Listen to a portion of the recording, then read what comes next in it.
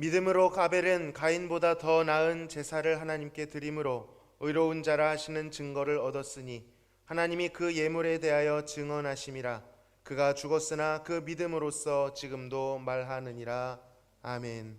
거룩하신 하나님, 감사합니다. 죄로 인하여 죽었던 저희들을 다시 살리시고 우리의 모든 죄를 도말하신 뿐더러 우리를 하나님의 아들로서 아름답고 존귀한 존재로 여겨주시니 감사를 드립니다. 간절히 원하오니 그 비밀을 알게 하여 주옵소서. 성령을 보내주시어서 우리에게 예수 그리스도를 보내주시기까지의 하나님의 마음과 하나님의 그 행하심이 얼마나 크고 놀라운 것인지를 날마다 알아가는 하루하루 되게 하여 주옵소서. 특별히 하루를 구별하여 하나님께 예배로 영광 돌리기 원하오니 온 공동체가 모여 함께 하나님께 예배할 때에 이 예배가 하나님 받으심식한 믿음의 예배 되게 하여 주옵소서. 예배의 시종을 의탁드리오며 예수님의 이름으로 기도하옵나이다. 아멘.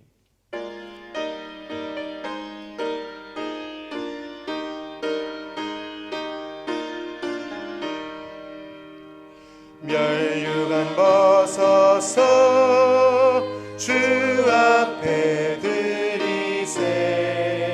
저 천사 기쁜 노래가 온 땅에 퍼지네.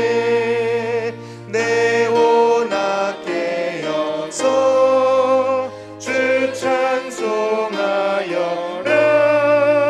온 백성 죄를 속하신 만왕의 왕일세. 멸류관 벗어서 주 앞에 드리세. 그 손과 몸의 상처가 영광 중 빛나네. 하늘의 천사도 그 영광 보고서 고난의 신비 알고자 늘 음모하도다. 멸류관 벗어서 주 앞에 드리세.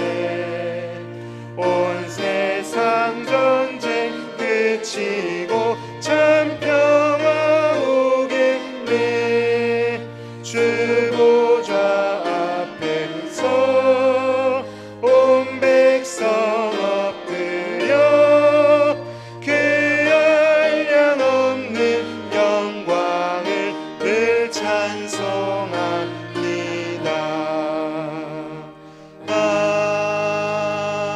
아멘.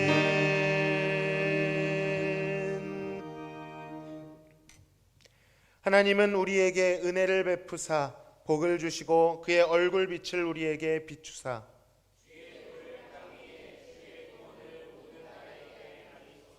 하나님이여 민족들이 주를 찬송하게 하시며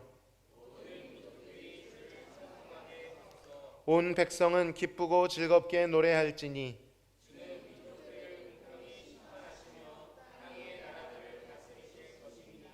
하나님이여 민족들이 주를 찬송하게 하시며 모든 민족으로 주를 찬송하게 하소서.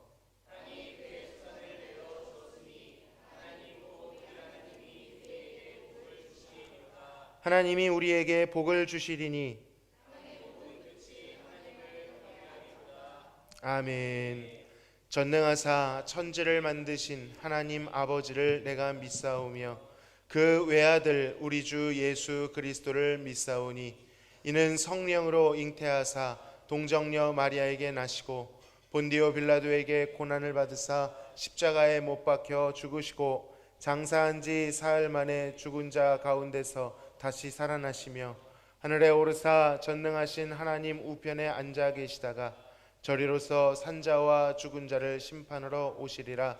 성령을 믿사오며 거룩한 공회와 성도가 서로 교통하는 것과 죄를 사하여 주시는 것과 몸이 다시 사는 것과 영원히 사는 것을 믿사옵나이다. 아멘.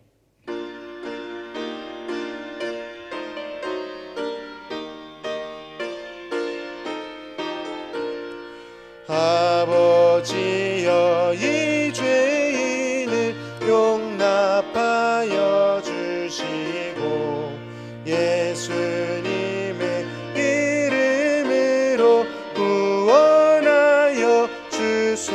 주옵소서. 아버지를 떠나산지 오래되었고 험한 길에 고난 몸이 이제 돌아옵니다. 전에 하던 헛된 일을 애통하게 여기고 겸손하게 엎드려서 용서하십니다. 은혜 감당 못하오나 회개하는 영혼과 나의 약한 육신까지 감히 드리옵니다. 나의 죄를 사하시려 주님 죽으셨으니 그 공로를 의지하여 주만 의지합니다.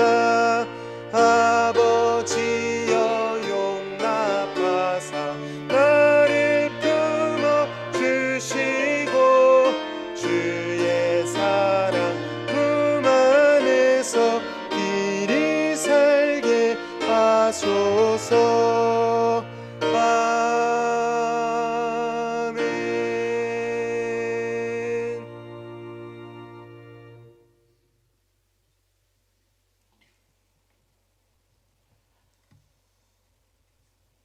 하늘과 땅을 지으시고 지금도 온 세상을 주관하시는 하나님께 경외와 존귀를 드립니다.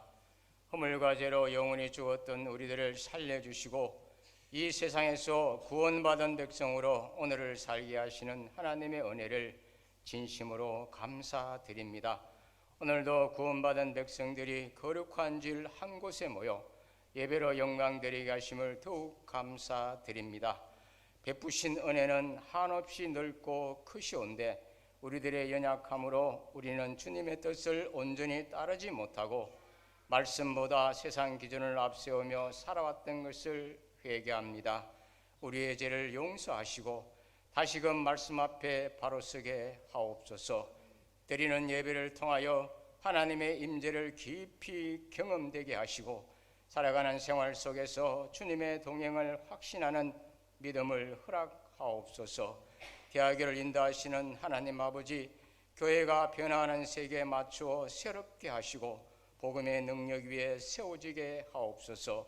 위하여 세우신 당회장 목사님 늘 장중에 잡아주시고 원하신 뜻을 이루어 주옵소서. 교회의 모든 사역과 기관들이 하나님을 기쁘시게 하는 방향으로 하나가 되어 나아가게 하시며 세워주신 항존직 직분자들과 섬기는 모든 리더들에게 지혜와 충성과 겸손을 더하여 주옵소서. 우리의 가정과 일터와 학업의 자리마다 주님의 은혜가 충만하게 하시며 치료 중에 있는 환우들에게도 회복의 은혜를 주옵소서. 오후 예배 때 지선 전도사님과 함께하는 찬양 집회에도 함께 하시사 은혜로운 시간으로 인도하여 주옵소서.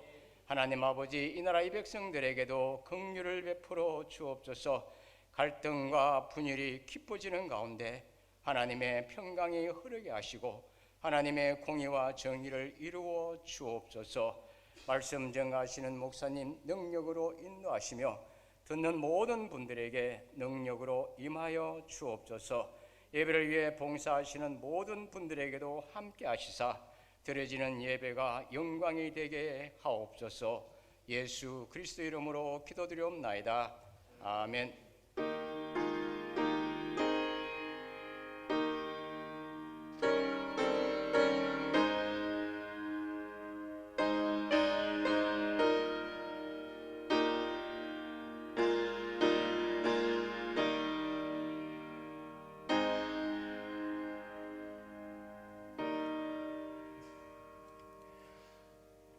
함께 나누실 하나님의 말씀은 창세기 4장 1절에서 10절 말씀입니다.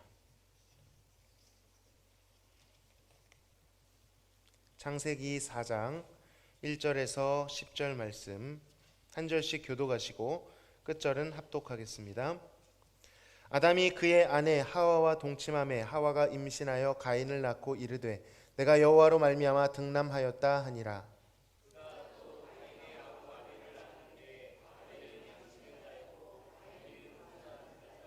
세월이 지난 후에 가인은 땅의 소산으로 제물을 삼아 여호와께 드렸고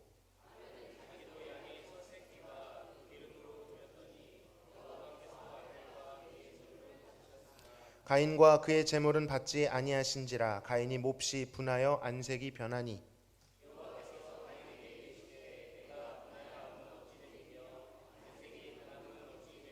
네가 선을 행하면 어찌 낯을 들지 못하겠느냐. 선을 행하지 아니하면 죄가 문에 엎드려 있느니라. 죄가 너를 원하나 너는 죄를 다스릴지니라.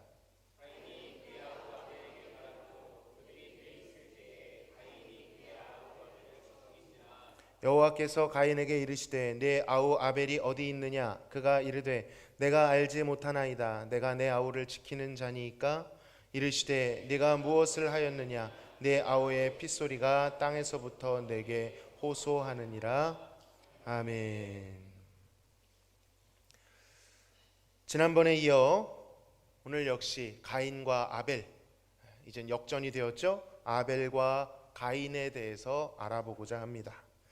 한번 되뇌어 보시기 바랍니다. 가인과 아벨이 하나님께 제사를 드렸습니다. 그런데 왜 아벨의 제사는 받으시고 가인의 제사는 받지 않으셨을까요? 어떤 차이가 있다고 말씀드렸습니까? 믿음의 차이가 있었다 말씀드렸습니다. 어떤 믿음입니까? 바로 하나님께서 주신 약속을 믿는 믿음이었습니다. 당시 그들에게 주어진 약속, 바로 여자의 후손을 주실 것이다 라는 약속과 그것의 증표가 되는 그들의 수치를 가리기 위한 가죽옷 정도였습니다. 아벨은 양의 첫 새끼와 기름, 곧 가장 좋은 것을 하나님께 드렸습니다. 그리고 성경에서는 첫 것과 기름진 것은 주님의 것이다 라는 의미가 있다 말씀드렸지요. 그러니까 아벨은 같은 제물로 그냥 드린 것이 아니라 하나님이 주신 것을 의지하여 하나님께 드렸습니다. 그렇게 한 고로 그것이 거룩한 제사가 되었습니다. 그러나 가인은 그가 정성을 다했는지는 모르겠지만 그냥 드렸습니다. 여러분, 하나님께서 받으시는 제사는 어떤 제사일까요? 하나님은 하나님의 것만 받으십니다. 하나님께서 주신 약속을 의지하고 그것을 믿는 믿음으로 드리는 제물, 제사만을 받으신다라는 것입니다. 이 정도로 지난 시간을 요약하시고 오늘 본문으로 넘어오시면 되겠습니다. 자, 오늘은 그렇게 하나님께로부터 거절을 당한 가인과 하나님께 받아들여진 아벨의 결과, 그 차이에 대해서 알아보고자 합니다. 그들은 같은 부모 아래 같은 시대를 살았지만 예배의 성패가 그들 인생 전체의 방향을 갈랐습니다. 그들에게 일어난 일들을 각각 살피되 단순한 도덕적인 비교가 아니라 하나님의 구속사, 즉 구원의 관점으로 이 본문을 해석해야만 됩니다. 자, 과연 예배의 성패는 그들의 삶을 어떻게 갈랐을까요? 먼저 가인입니다. 가인은 죄에 삼켜졌습니다. 가인이 자신의 제사가 거절당하자 어떤 반응을 보였는지 주목해 봐야 됩니다. 그때 그의 얼굴빛이 변했고 몹시도 분해했다라고 본문은 말합니다. 이 얼굴의 변화는 단순히 그가 불쾌감을 느꼈다, 감정 기복을 겪었다라는 의미를 넘어서는 표현입니다. 성경에서 특히 이 창세기에서 얼굴의 낯빛이라고 하는 이 단어는, 이 상징은 창세기 초반에 굉장히 중요하게 등장하고 있습니다. 한번 기억해 보십시오. 아담이 타락한 후에 가장 먼저 한 행동이 뭐였죠? 여호와의 낯을 피하는 것이었습니다. 얼굴을 피하는 것이었습니다. 그런데 가인을 보십시오. 그는 한 걸음 더 나아갑니다. 피하는 정도가 아니라 낯이 변하여 분히 여겼습니다. 아담이 낯을 피하여 숨는 수준이었다면 가인은 하나님을 향해 마음이 뒤틀리고 분노가 일어나는 것을 과감하게 표현합니다. 여러분, 아담에 비해 가인의 죄가 어떻게 되었습니까? 증폭되고 있습니다. 본문 9절에서 10절 보시면 하나님께서 내 아우 아벨이 어디 있느냐 물으셨을 때 가인이 이렇게 대답합니다. 내가 내 아우를 지키는 자니까. 냉소적인 농담을 던집니다. 다시 한번 기억해 보십시오. 그의 아버지 아담은 타락한 후에 하나님께서 아담아 네가 어디 있느냐 물으셨을 때, 이 같은 맥락의 질문이거든요. 네가 어디 있느냐 물으셨을 때 벌거벗어 숨었나이다 라고 자백이라도 했습니다. 그런데 가인은 뭐가 그리 당당한지 분노와 비웃음과 알고 있으면서도 모르는 것 같은 거짓말을 섞어 하나님께 뻔뻔하게 받아치고 있는 것입니다. 내가 내 아우를 지키는 자니까. 여기서도 죄는 증폭되고 있습니다. 여러분, 예배의 실패가 그에게 덧입혀졌던 그 죄의 저주를 증폭시키고 있는 것입니다. 하나님과의 갈등과 균열이 점점 거세지고 있는 것입니다. 균열이 냉소와 비아냥, 분노로 증폭되는 것입니다. 가인 안에 싹텄던 불만이 왜 하나님은 내 것만 안 받으시지? 라는 원망으로 퍼져나가는 것입니다. 그리고 그 원인을 자신에게서 찾는 것이 아니라 결론을 하나님이 부당하신 것으로 결론 맺고 있다는 것이죠. 자신의 재물이 아벨의 것보다 못한 것이 없어 보였던 것입니다. 그는 그 안에 있는 거룩한 보이지 않는 하나님의 기준을 보지 못하고 그저 재물 대 재물로 비교했던 것입니다. 그리고 말씀드렸다시피 자신이 틀린 것이 아니라 하나님이 틀렸다는 식으로 흘러갑니다. 자신을 부인해야 되는데 하나님을 부인해 버립니다. 이것이 바로 죄인들의 습성입니다.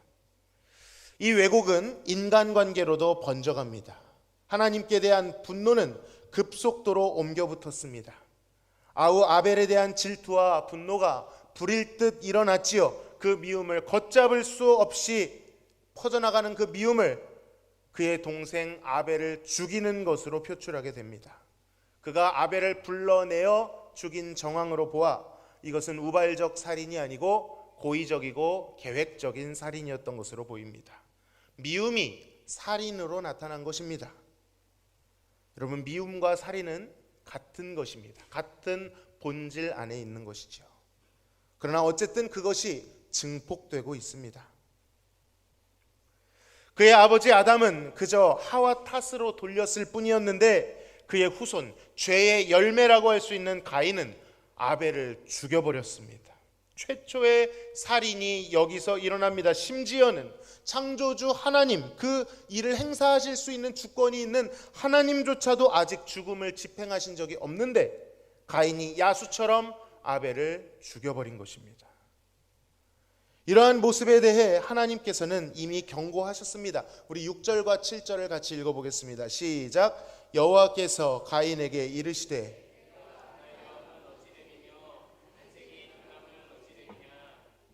선을 행하면 어찌 낯을 들지 못하겠느냐?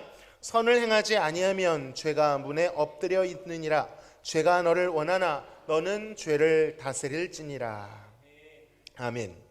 죄가 문에 웅크리고 도사리고 있었습니다. 죄가 가인을 삼키려고 무섭게 노려보고 있는 것입니다. 죄가 그를 강렬히 원하고 있는 것입니다. 하나님께서 경고하셨습니다. 그러나 가인은 그럼에도 그 죄에 몸을 던져 삼킨 바가 되었습니다.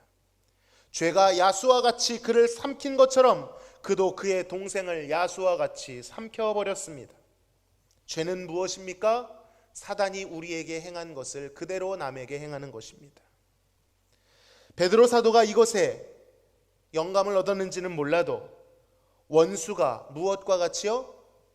우는 사자와 같이 삼킬 자를 찾고 있다라고 말씀하였습니다. 여러분, 아담은 하나님을 질투했고 가인은 아벨을 질투했습니다. 하나님을 대하는 태도에 균열이 생기고 무너지니 이웃을 향한 관계도 다 무너져 버렸습니다. 죄는 우리의 삶의 전반을, 모든 관계를 지배하려고 노려보고 있는 것입니다.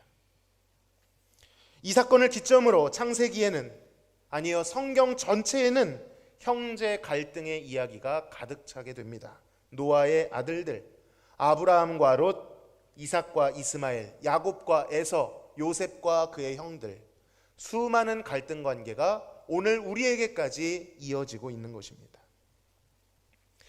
그들의 아버지 아담과 하와는 범죄한 다음 날 아무 일도 일어나지 않았다고 해서 안심했는지도 모르겠습니다. 즉각적 심판이 일어나지 않았기에 죄의 결과에 대해 과소평가했는지도 모르겠습니다.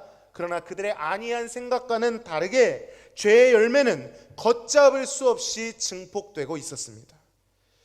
야수와 같이 인간을 삼키려고 문에 웅크리고 있었습니다. 여러분, 죄를 다스리지 못하면 죄에 삼켜지는 것입니다.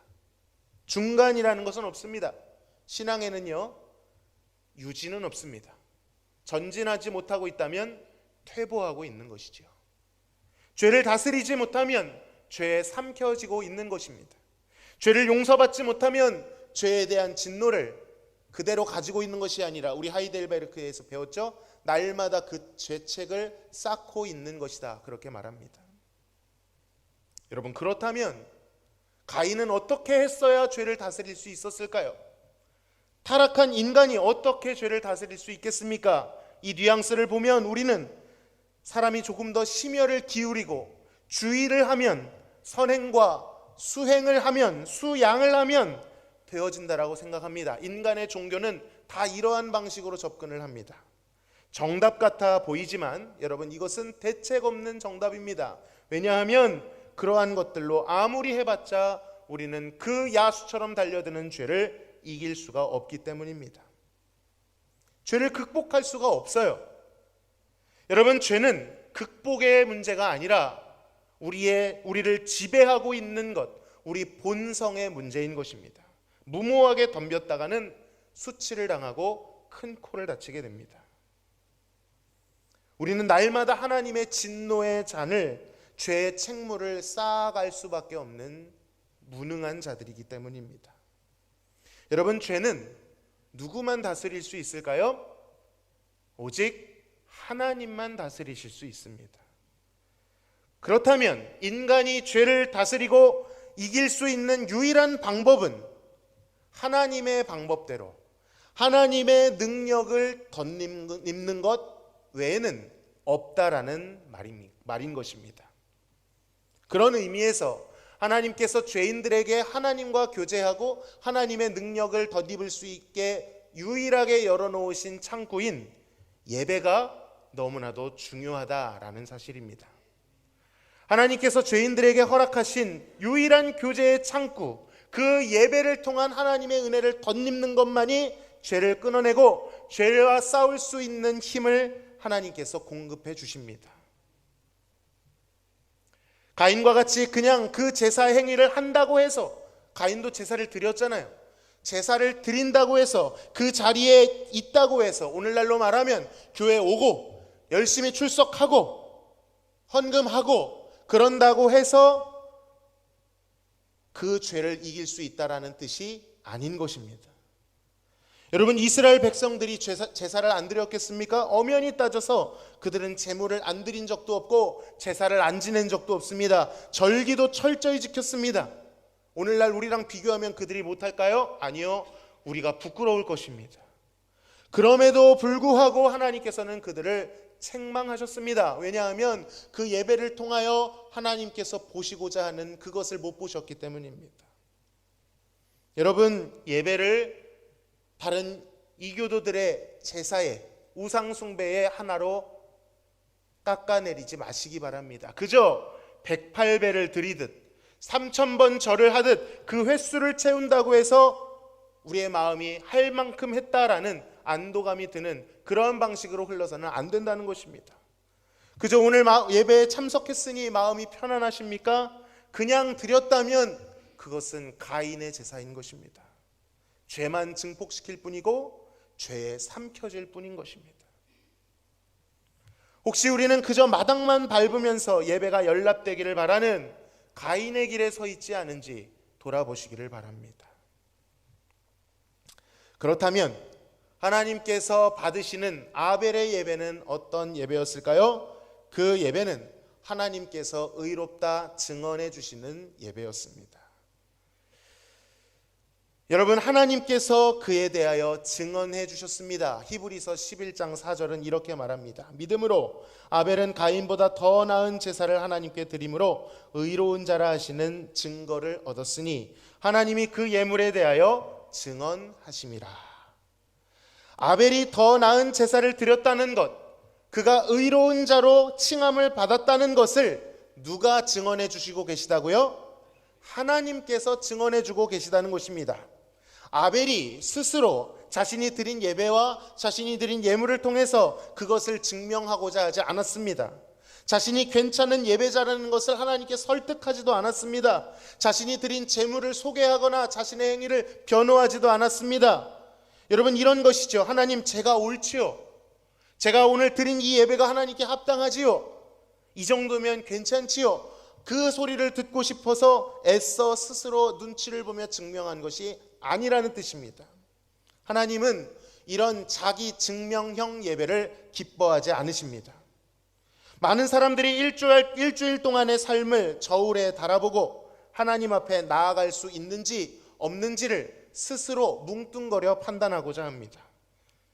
좀 잘 살았다고 생각되는 주는 성경도 열심히 읽고 선행도 열심히 하고 기도도 열심히 했다라고 생각하는 그 주는 은근 당당함이 마음속에 있습니다. 여러분, 이것이 은혜라고 착각할 때도 있습니다. 왜냐하면 우리는 마음에 무언가 뿌듯함이나 뭔가 드라마틱한 감정이 들면 그것이 은혜 받았다라는 표현으로 아주 관용적으로 잘못 사용되기도 하기 때문입니다. 여러분, 위험한 것입니다. 반대도 있습니다. 더 빈번히 일어나는 일이죠. 이번 한 주 잘못 살았다고 생각될 때가 있습니다. 그럴 때 어떻게 됩니까? 주눅들고 두려움을 느끼고 하나님께 나아가되 자녀로서 나아가는 것이 아니라 마치 자신이 종인 것처럼 종으로라도 불러주십시오라는 마음으로 노예 근성을 가지고 나아갑니다. 눈치를 봅니다. 쭈뼛댑니다. 어떻게든 하나님 앞에 자신을 가릴 수 있는 자신의 행함을 막 뒤집니다. 그러나 이미 하나님과의 관계에 그 의심 자체가 유격으로 작용하는 것이죠. 그런데 아벨을 보십시오. 아벨이 드린 제사는 자신의 것을 의지하지 않고 하나님의 은혜를 의지했습니다. 하나님이 주신 약속을 의지했습니다. 우리가 아벨을 생각할 때 이 잘못된 아우라를 걷어버려야 됩니다. 아벨이 왜 의인입니까? 하나님의 의롭다 하셨기 때문에 의인인 것이지, 아벨은 원래부터 착한 사람, 가인은 원래부터 나쁜 사람이라고 하는 잘못된 지식이 우리 안에 있습니다. 아벨도 똑같이 아담의 후손이었습니다. 그 역시 저울로 달아보면 그다지 하나님 앞에서 의롭지 않았을 것입니다. 그러나 하나님께서 주신 약속을 붙들어 저주가 가득한 세상과 인생 속에, 죄의 저항이 가득한 인생 속에서 하나님의 약속을, 그의 은혜를, 그의 자비를 의지했습니다. 그것을 믿음으로 하나님이 나와 같은 죄인을 위해서 여인의 후손을 보내주실 것이다 약속하셨어. 그 약속을 믿음으로 제사를 드렸더니 하나님께서 그 제사를 의롭다 칭해 주십니다. 그 제사가 옳다라고 자신이 아닌 하나님이 증언해 주십니다. 옳다, 너의 예배가 합당하다. 왜 옳습니까? 그가 최고의 것을 드렸기 때문이 아닙니다. 정성껏 열심히 드려서도 아닙니다. 그가 도덕적으로 가인보다 나아서도 아닙니다. 그가 의지하고 붙든 하나님의 약속이 완전하기 때문입니다. 그의 약속이 옳기 때문입니다. 하나님이 옳으시기 때문입니다. 하나님은 절대로 우리의 날 것을 받지 않으십니다. 여러분, 우리를 있는 그대로 부르시지만 있는 그대로 받지 않으십니다. 우리를 고쳐야 하나님이 우리를 받으신다는 뜻이 아니라 있는 그대로 온 모습, 우리의 모습 위에 예수 그리스도의 완전한 의의 옷을 입히셔서 받으시는 줄로 믿습니다. 아무리 갈고 닦았다고 해도 우리의 것은 더러운 죄와 이기적 욕심에 얼룩져 있습니다. 아무리 선행을 하고 좋은 마음을 품고 희생을 해도 그 얼룩은 퍼져가게 돼 있습니다. 여러분, 온몸에 가득 붙어있던 오물을 물티슈로 조금 닦은다고 어떻게 됩니까? 번질 뿐인 것입니다. 하나님은 오직 하나님으로부터 나온 것만 받으십니다. 하나님의 의의 기준은 하나님만 만족시키실 수 있다라는 것입니다. 그러니 무엇을 의지해야겠습니까? 우리의 것은 기겁을 하고 내려놓아야 합니다. 내가 나를 의지하려는 마음이 보이는 순간 마치 징그러운 것을 본 것처럼 깜짝 놀래 내려놔야 된다는 것입니다. 이번 주 내가 그래도 이것 했지. 내가 이웃 앞에 내가 먼저 용서했지. 내가 이것도 섬겼지. 그 생각이 드는 순간, 성령께서 가르쳐 주시는 순간 징그러운 것을 본 것처럼 기겁하며 손에 그것을 떨쳐내야 된다는 것입니다. 나의 것, 나의 공로, 나의 의, 나의 행함을 의지하려 하는 순간 우리는 하나님 앞에 그런 존재가 될 수밖에 없는 것입니다. 너무나도 이 일은 우리 마음에선 빈번히 일어나기 때문에 경계하고 하나님께 날마다 기도해야 됩니다. 나의 것을 내려놓고 하나님이 나에게 행하신 일, 그 약속을 의지하는 것을 매일매일 훈련해야만 하는 것입니다. 여러분, 하나님이 주신 약속, 오늘날 우리는 이것을 복음이라고 부릅니다. 복음이 무엇인지 로마서 1장 17절에서는 이렇게 말합니다. 같이 읽어보겠습니다. 시작. 복음에는 기록된 바 오직 의인은 믿음으로 말미암아 살리라 함과 같으니라. 아멘. 여러분, 복음에 무엇이 나타난다고요? 하나님의 의가 나타난답니다. 하나님의 의는 더 쉽게 말하면 하나님의 오르심이라는 뜻입니다. 하나님이 생각하기에 의롭다 생각되는 기준이 복음에 나타난다라는 거예요. 하나님의 거룩한 기준을 유일하게 견딜 수 있는 것, 복음인 것입니다. 견디는 수준이 아니라 하나님의 거룩하심을 온전히 만족시킬 수 있는 유일한 것, 그것이 바로 하나님의 오르심, 복음인 것입니다. 고로 우리는 복음만을 의지해야 합니다. 복음을 의지하지 않는 예배는 아무리 갖추어져 있고 좋아 보이고 강렬해 보인다 할지라도 가인의 제사와 같은 것입니다. 하나님의 진노만 쌓을 뿐이고 죄에 삼켜질 뿐인 것이죠. 아무리 오래 신앙생활을 해도 왕성한 활동을 해도 이 복음을 알지 못하면 우리는 가인의 길에서 벗어날 수 없습니다. 무서운 것은 아무리 오래 했고 아무리 많은 영향력을 가지고 있어도 복음과 상관없이, 성령과 상관없이 그 일을 흉내낼 수 있다는 것이 무서운 것입니다. 여러분, 해봤자 최선은 무엇일까요? 자신의 것을 갈고 닦는 것뿐입니다. 정성의 수준뿐입니다. 정성이 나쁘다는 뜻이 아닙니다. 이 정성은 하나님께로부터 온 그 능력으로 인해 맺어지는 열매여야 되는데, 애초 하나님께 나아갈 때부터 내가 다른 종교에서도 하듯이 내 정성을 들이면 하나님이 받을 것이다 라고 생각하는 것이 문제라는 뜻입니다. 그렇게 자신의 것을 갈고 닦으면 열매는 맺어지긴 합니다. 뿌듯함과 보람 정도가 느껴집니다. 그런데 그것도 긍정적일 때 그런 것들이 느껴지죠. 잘 안 될 때는 가인처럼 분노와 정죄감이 열매 맺어집니다. 하나님을 향해 분노가 일어납니다. 감사가 맺혀지기는 하죠. 그런데 어떤 감사입니까? 하나님, 제가 저들과 같지 않은 것에 인하여 감사합니다. 이거 누가 한 감사입니까? 바리새인들이 한 감사입니다.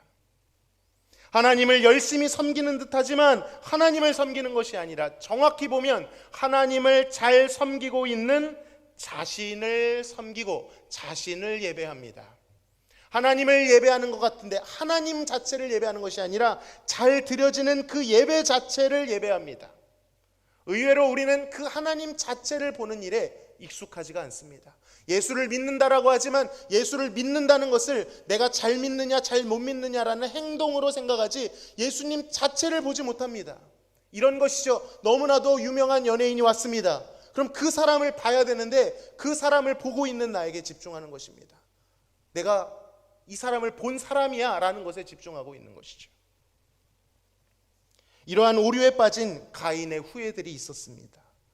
바로 바리새인들과 종교 지도자들이었습니다.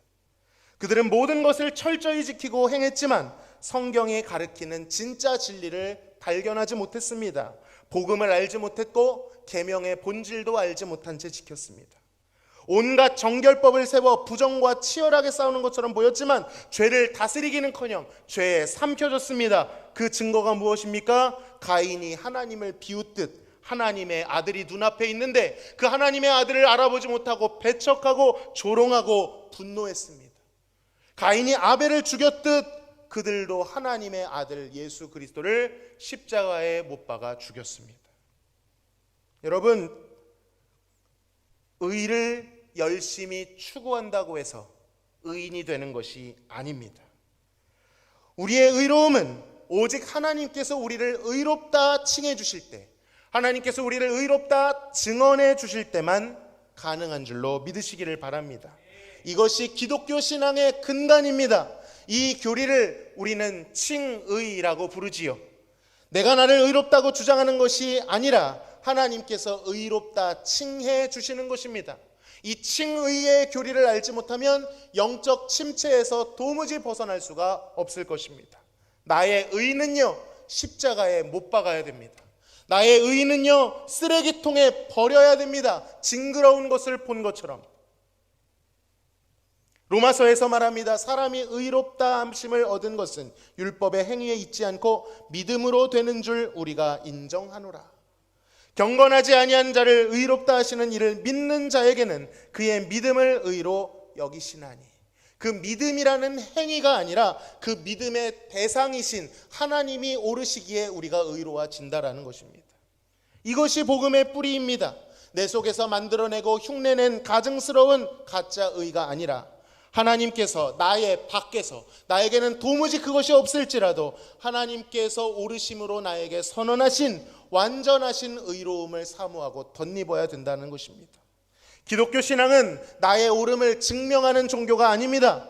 하나님의 오르심을 찬양하는 진리인 줄로 믿습니다.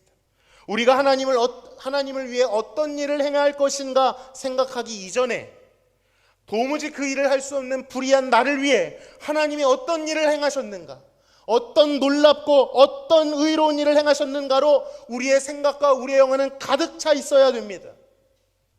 선행은 그것에 대한 감사의 반응일 뿐이지요. 선행을 하는지조차도 모릅니다.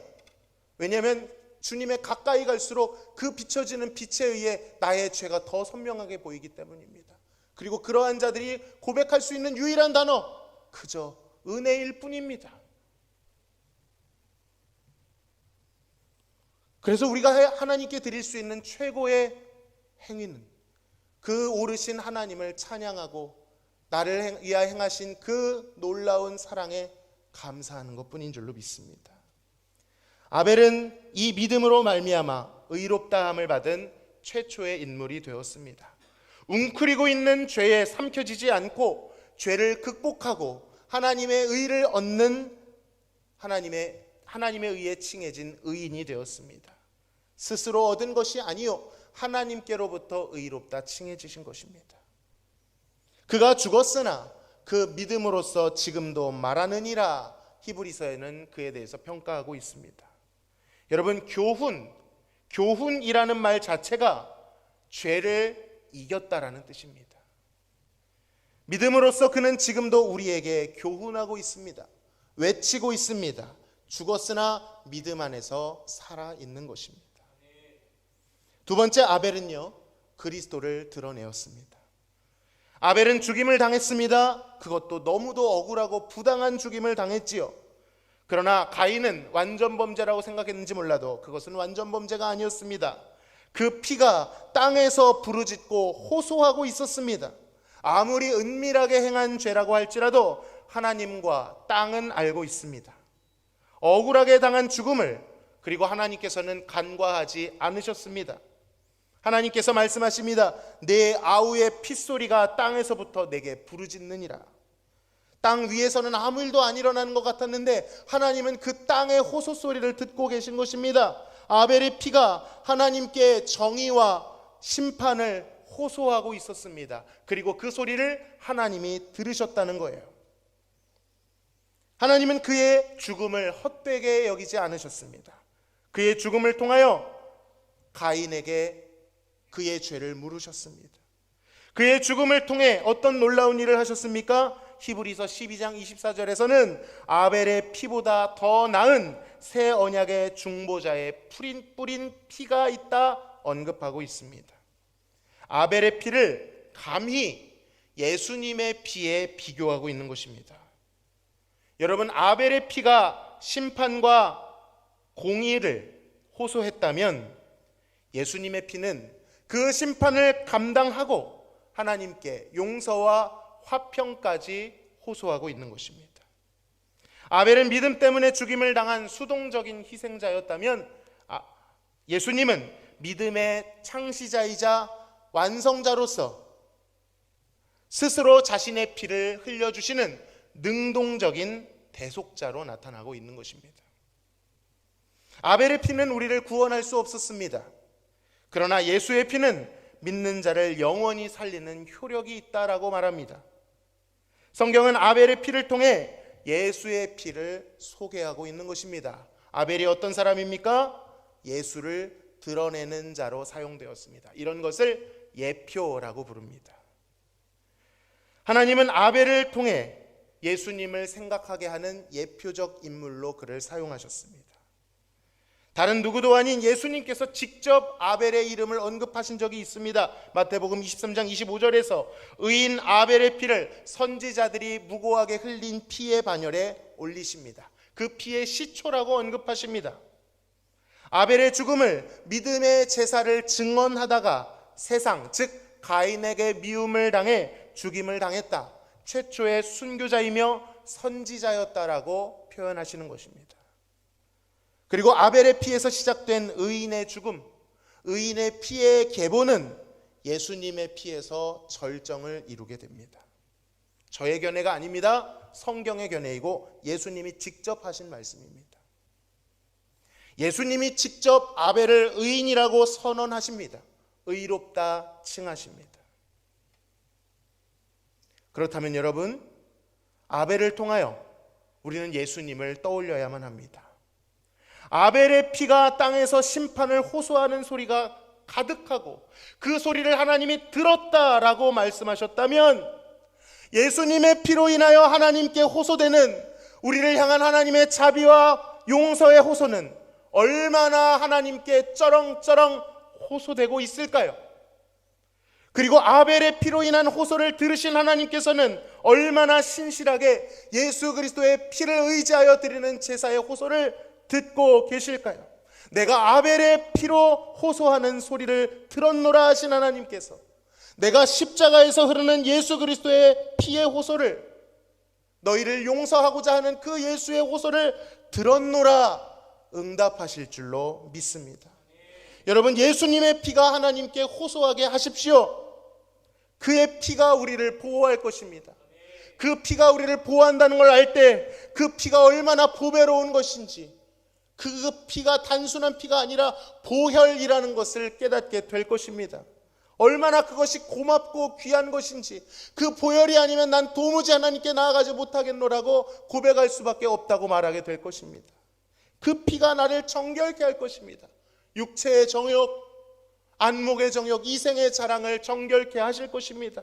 아무리 머리를 떨쳐봤자 이길 수 없었던 그 죄를 단번에 그 예수 그리스도의 피가 정결케 하실 것입니다. 오직 예수의 보혈, 그가 이루신 복음을 의지할 때 여러분이 어떤 모습이라 해도, 하나님께 도무지 나아갈 수 없는 큰 죄인이라 해도 하나님께 의롭다 칭함을 받게 될 것입니다. 그 피가 하나님 앞에서 당당히 증언해 주실 것입니다. 하나님은 딱 한 가지, 예수의 죽음을 보고 우리를 판단하실 것입니다. 그 피가 우리에게 있을 때 하나님은 우리를 옳다, 의롭다 증언해 주실 것입니다. 그 피가 우리에게 없을 때 아무리 증명하려고 했어도 우리는 하나님께 받아들여질 수 없는 것입니다.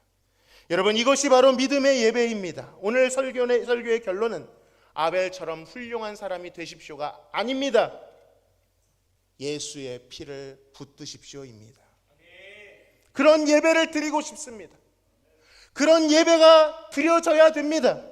사람을 부인하고 오직 예수님만 이 자리에 가득하시고 영광 받으시는 예배, 우리의 정체성은 예배자입니다. 예수 그리스도를 의지하는 예배자일 때만 하나님 앞에 생존할 수 있습니다. 예수님께서 오셔서 수가성 여인에게 무슨 말씀을 하셨습니까? 여기 있다 저기 있다가 아니라 예배할 때가 이르리니 그때가 이때라. 하나님께 나아가는 자는 영과 진리로 예배할지니라. 이 영과 진리는 자신을 가리켜 하신 말씀입니다. 예수님으로, 복음으로 예배하라는 뜻입니다. 그 예배 안에서만 우리는 아버지와 자녀로, 신랑과 신부로 하나님과 교제할 수 있습니다. 죄를 이기고 화평을 누릴 수가 있습니다. 하나님이 우리를 용서하셨다라는 그 평안한 소식을 들을 수가 있습니다. 우리에게 저주가 없으며 우리를 향한 하나님의 사랑과 자비만 부어지고 있다는 이 기쁜 소식을 음미할 수 있게 되는 것입니다. 단순히 주일 공예배를 말씀드리는 것이 아닙니다. 우리의 삶의 태도 전반이 이래야 된다는 것입니다. 날마다 예수를 의지하고 날마다 복음을 묵상하고 내 영혼에 선포해야 됩니다. 좀 멀어진 것 같으면 다시 복음을 붙들고 그것을 알기 위한 기도로 나아가야 되는 것입니다. 잘 모르시겠으면 말씀을 찾아봐야 됩니다. 만약 우리가 중병에 걸렸다면 여러분 안 찾아보시겠습니까? 무거운 빚에 시달린다면 그 구제 방법이 있다면 안 찾아보시겠습니까? 그것과 비교할 수도 없는 우리 모든 인생의 생존이 걸린 이 문제, 그 해결책이 이 성경에 있다라고 하는데 우리는 왜 그 말씀을 알아가기를 게을리하는 것일까요? 언젠가는 되겠지, 그런 문제가 아닙니다. 죄는 유지되고 있지 않아요. 죄는 오늘도 쌓여가고 있습니다. 예수 그리스도를 의지하지 않는다면 말이지요. 복음이 아니면 그 죄에 삼켜질 것입니다. 하나님을 대적하고 이웃을 대적하게 될 것입니다. 그러나 복음을 의지하여 예배하는 자들은 죄를 이기게 될 줄로 믿습니다. 아벨처럼 그리스도를 드러내시는 예배자가 되시기를 바랍니다. 그렇게 예배할 때 우리의 모습 속에서 세상은 그리스도를 발견하게 될 것입니다. 설교를 마무리 짓겠습니다. 제가 가장 좋아하는 찬양이 참 많네요. 가장 좋아하는 찬양입니다. 제가 이 찬양을 지금도 기억이 납니다. 지하 기도실에서 얼마나 이 찬양을 울면서 불렀는지 모릅니다. 아마 모르실 거예요. 이 찬양을 아시면 정말 CCM의 고인물이라고 제가 인정해 드릴 수 있습니다. 왜냐하면 지금 자료를 찾아도 아무리 찾아도 없어요. 뒤에 가사가 조금 그래서 가물가물한데 원래 안 부르려고 했는데 불러보겠습니다. 나의 예수여 어느 때까지 사랑하시렵니까? 나의 예수여 내 모습 이대로 사랑하시렵니까? 너희는 내가 죽도록 사랑한 세상이 감당할 수 없는 내 자녀라. 이 약한 자가 주의 면류관 짓누르는데 어느 때까지 사랑하시렵니까? 미련하고 나약하나 내 안에 그리스도만을 보시고 사랑하시렵니까? 주의 사랑 어이 말할까? 연약하고 완악하나 내 안에 그리스도만을 보시고 사랑하시렵니까? 주의 사랑 오 나의 주 어이 말할까? 아멘. 기도하겠습니다. 하나님, 우리가 주의 머리의 면류관을 짓누르는 존재임을 고백합니다. 그러나 우리 안에 있는 예수 그리스도만을 보시고 우리를 영원히 사랑하시겠습니까? 그리하겠다 약속하신 하나님을 찬양합니다. 우리의 인생이 주님 앞에 우리의 행함을 계수하는 인생이 아니라 우리를 위하여 하나님이 무엇을 행하셨는가, 어디까지 내어주셨는가를 날마다 깨닫고 감탄하고 감격하는 인생 되기를 원합니다. 어제보다 오늘, 오늘보다 내일 하나님의 그 사랑을 더 알게 하시고 그만큼 하나님을 더 사랑하는 존재로, 죄를 이기는 존재로 나아가게 하여 주옵소서. 예수님의 이름으로 기도하옵나이다. 아멘.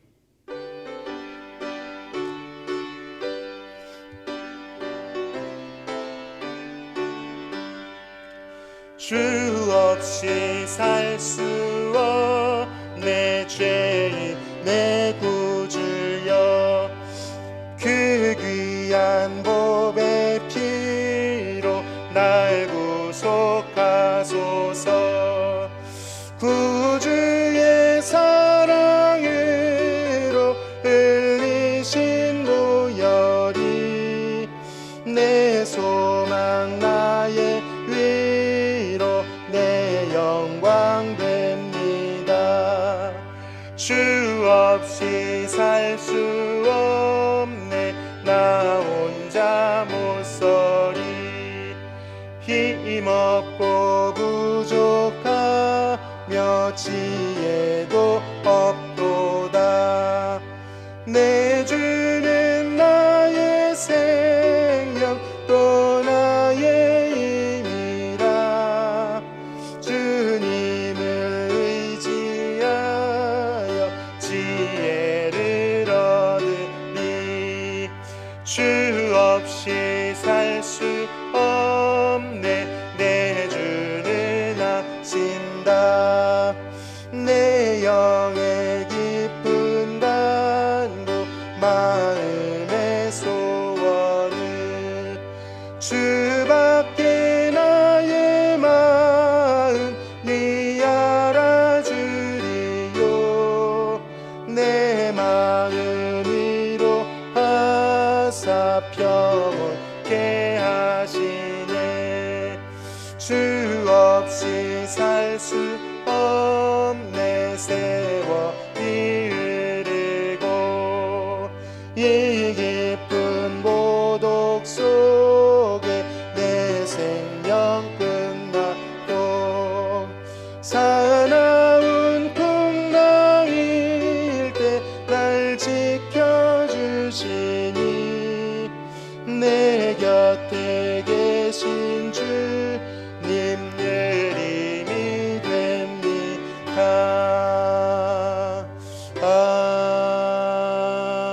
아멘.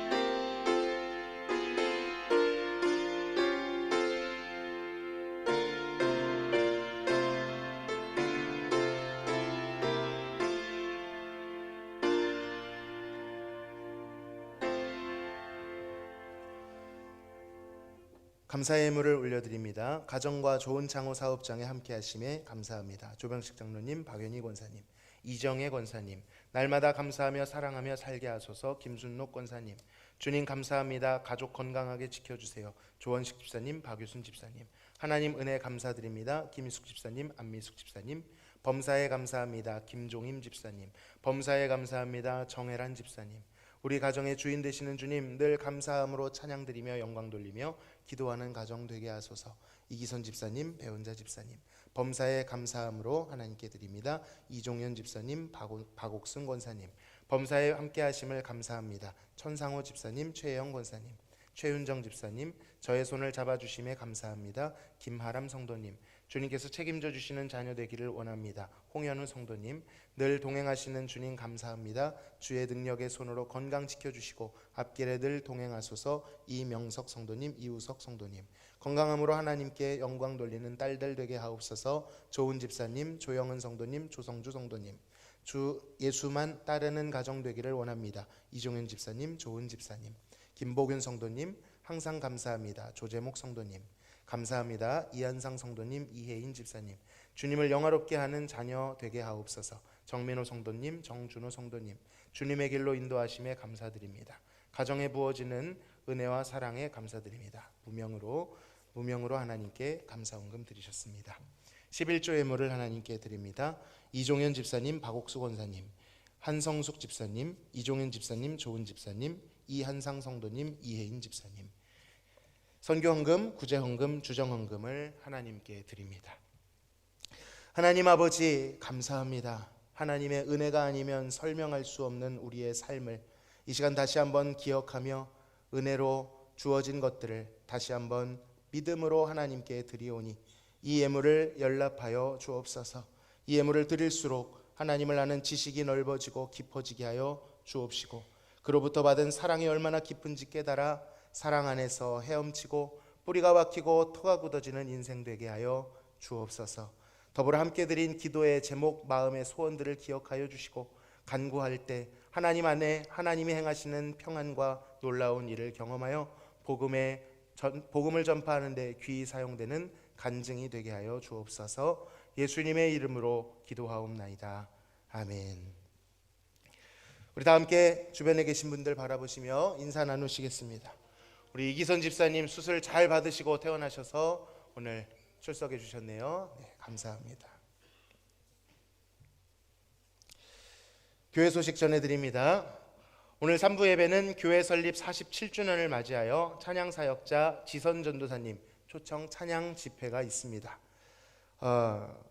오후 1시부터 1시 30분까지 리허설을 하는데 아마도 이제 강의 내용 이런 것들이 강의 때 딱 들어야 은혜가 되잖아요. 그래서 좀 자리를 비워드려야 될 것 같습니다. 1시부터 1시 반까지는 본당에 출입하지 않으실 수 있도록 해주시면 좋겠고요.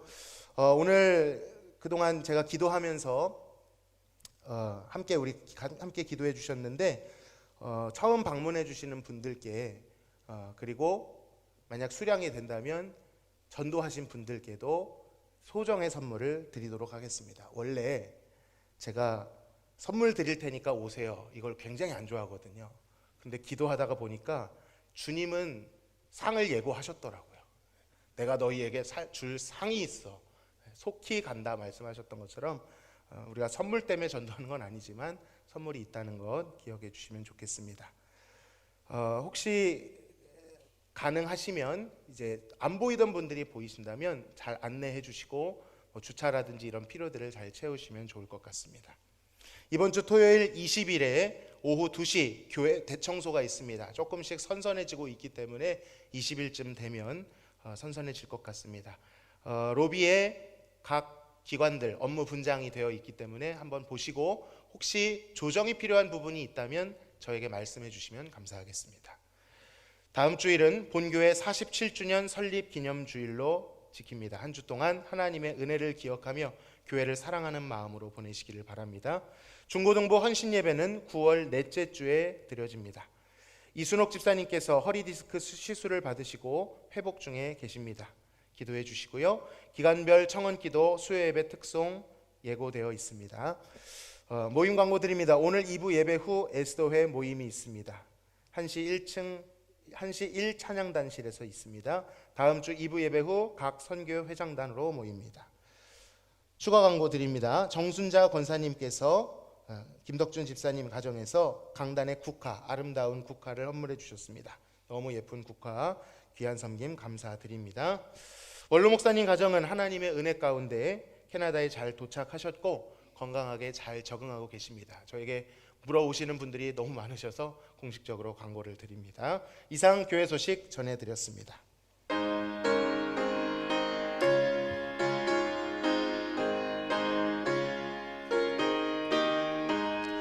구주 예수 의지함이 심히 기쁜 일일세 영생 허락 받았으니 의심하 주 없도다. 예수 믿는 것은 받은 증거 많도다.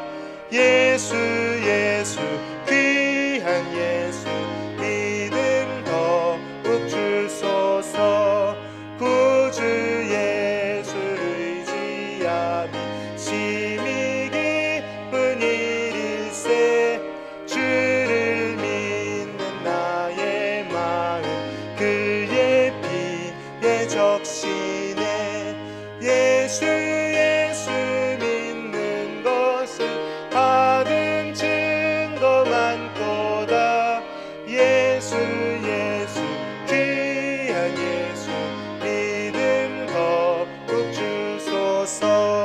구주 예수 의지하여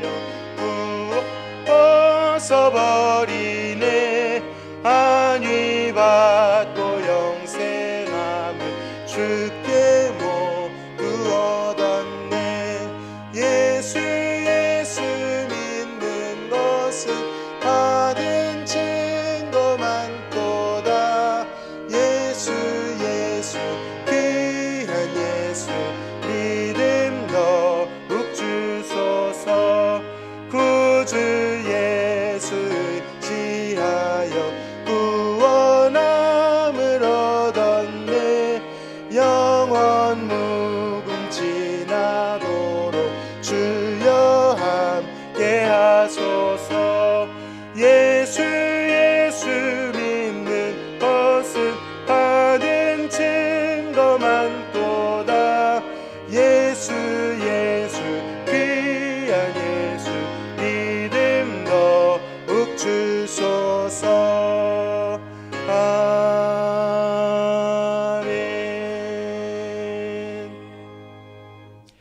지금은 우리를 구원하신 예수 그리스도의 크신 은혜와 아버지 하나님의 극진하신 사랑하심과 성령님의 교통 충만 내주하심이, 하나님께서 의롭다 증언하신 예배, 오직 영원한 복음을 의지하여 드리는 예배, 예수 그리스도를 통하여 드리는 예배로 영광 돌리기를 소망하는 성도들 머리 위에, 특별히 영적 침체에 빠져 있는 사랑하는 성도들 머리 위에 지금으로부터 영원토록 함께 계실지어다.